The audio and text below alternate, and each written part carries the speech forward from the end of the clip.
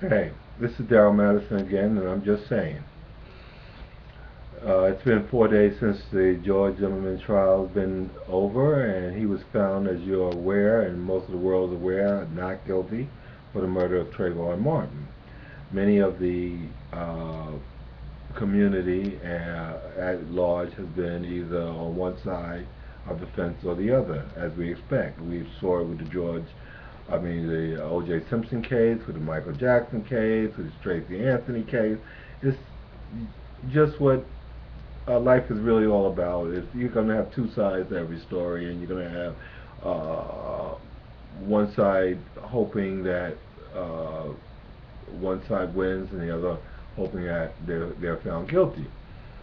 However, my point today is that in dealing with a lot of the communications I've seen on Twitter and Facebook, there's been a lot of talk about African Americans killing African Americans. Like in Chicago, just last month, 54 young kids were killed by black on black violence, and this is continuing to happen.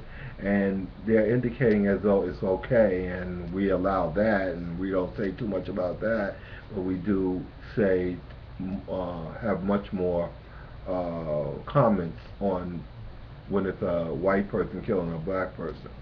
Well, many of the black on black crime in the inner city are due to a lot of them are due to drugs, violence, drive-by gangs violence, and that's been going on for a very long time. It's very difficult to cure the problem when you have a uh, NRA organization that outright controls the government, the Congress, and allowing guns to be given away freely in our community.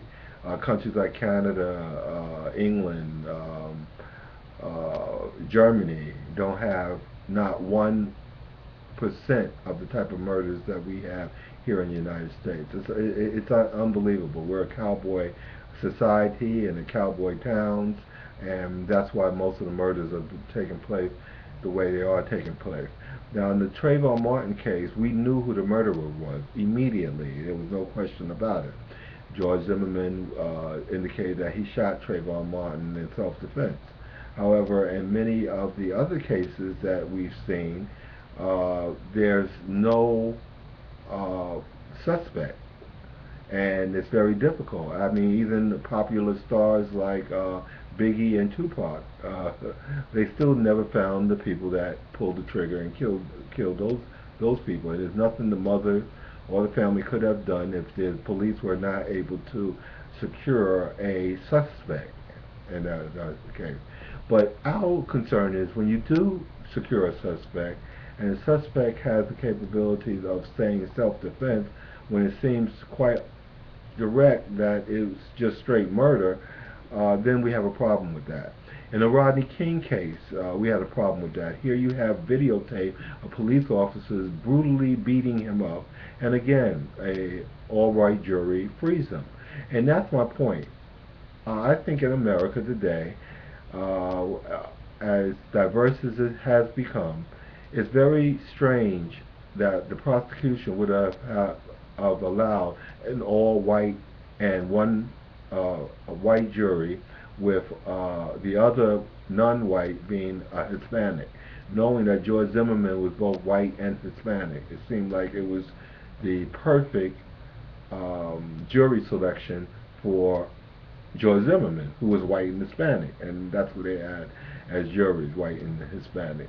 And I have to again blame the prosecution again for doing a lackluster job on the case, providing all the pertinent information. Police officers that agreed with George Zimmerman because they was upset that they was even brought to trial in the first place.